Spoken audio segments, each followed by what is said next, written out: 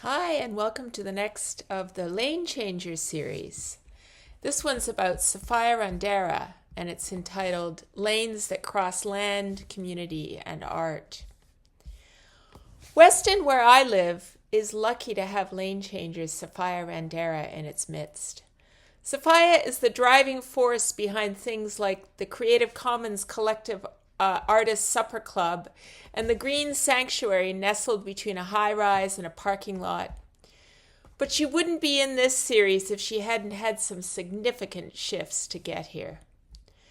Randera was born in the UK 52 years ago and arrived in Canada 3 years later, the youngest of three daughters of a Malawian mother and a Gujarati father.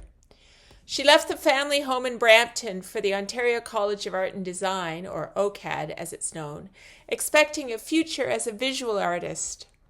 In third year, she studied for a term in Italy. That Christmas, Italian TV was full of footage from the siege of Sarajevo. Despite having no experience with war or emergency aid, 22-year-old Safiya felt called to do something. The Red Cross said no thanks to her offer. She went anyway, phoning her mother back home from Sarajevo on New Year's Eve. This was her first lane change and the first significant example of her fierce spirit that fuels her need to improve others' lives and achieve justice. Safiya returned to OCAD for her final year, shifting from painting and drawing to experimental filmmaking.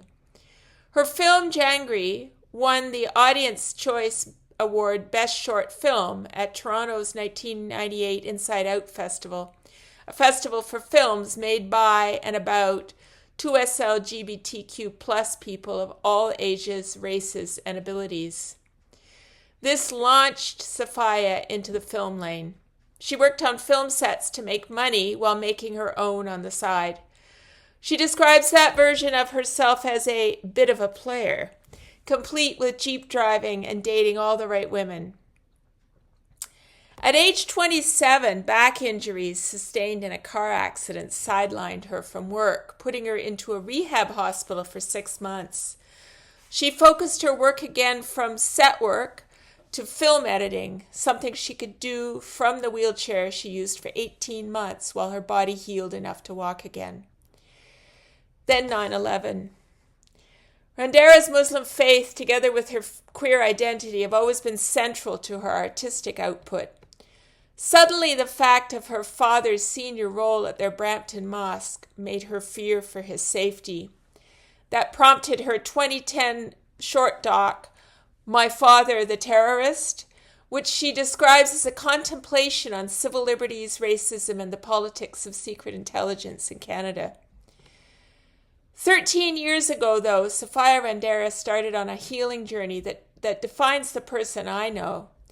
It began with her mother's death just 4 months after her diagnosis. She was just in her late 50s.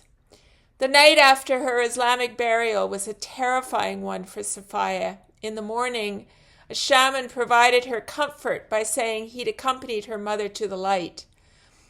Safiya had a newfound interest in psychopomps, those responsible for escorting newly deceased souls from Earth to the afterlife.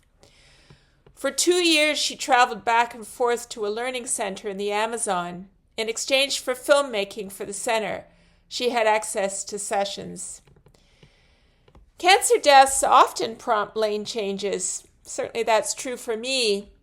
Safiya's mother's death resulted in Safiya finding a new lane as a psychopomp with a healing practice. The emotional toll of the work, however, affected her physical health. By 2020, illness had her bedridden.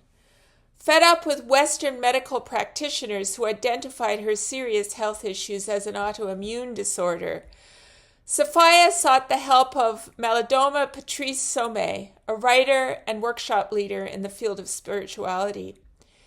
Through a divination on March 14, 2020, Somé recommended she join him at his home base in Burkina Faso to be healed.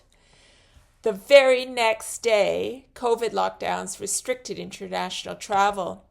By August, however, she found a way to get to Africa, where divinations from 3 elders gave her remedies.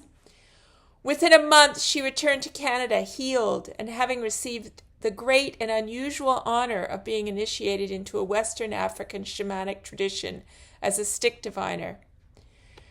Randera began life in a new lane, traveling by van across North America, offering ceremony and divination, including as the head of the healing village of a multi-day celebration of women, remembering and practicing basic human skills to ensure the survival of the body and the soul. This rebirth as a healer had some in her previous film life confused, and is also haram within her Muslim faith, but she wasn't daunted by that. 2 years ago, Safiya realized she was no longer interested in, and I quote, serving white women in yoga pants who sought healing but remained silent on the Gazan genocide.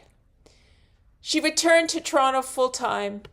It's hard to know what to do to help Gaza, so she shares stories on her social media and supports the Palestinian community in rallies here in Toronto. Reminiscent of her trip to Sarajevo 2 decades earlier, she joined several thousand others from across the globe in Cairo earlier this year for the Global March to Gaza. Regrettably, the march was called off after the Egyptians detained several hundred of the marchers. I joined her many friends and family in a collective sigh of relief when Safiya returned safely.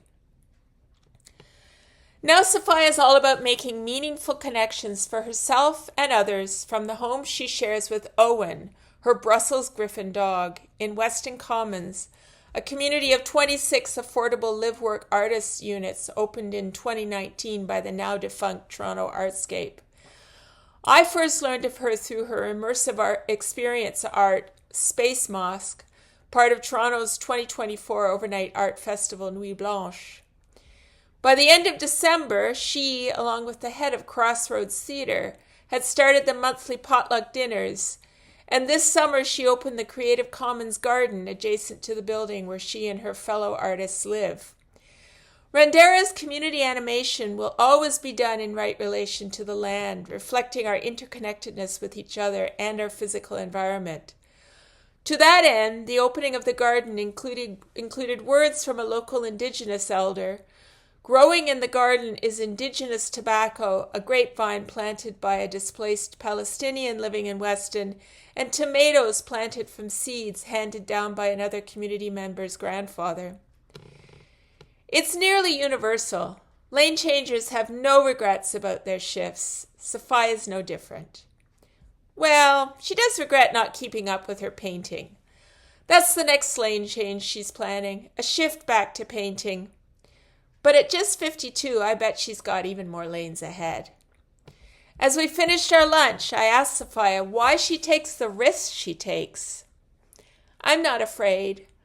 I know I'm here to make good trouble," she replied. I'm just grateful there are lane changes like Safiya. Thanks for watching.